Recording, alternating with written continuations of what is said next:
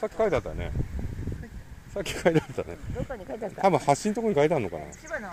でも養老の滝とか言ってんだから、それ関係あるんじゃないの？後で調べ。養老の滝って言っても居酒屋じゃない。もうほぼほぼないよね、あれ。水は綺麗すぎる。うん。これずっと行くと千葉にあるんでしょ？向こう。うん。あ、じゃあ下流。そう、下流の方に千葉にあるのあれば。流れていけば。そう、流れちゃえば。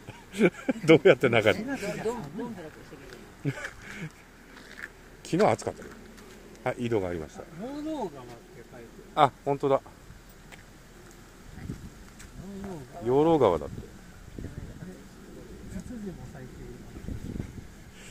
ツツジは今ピークかな。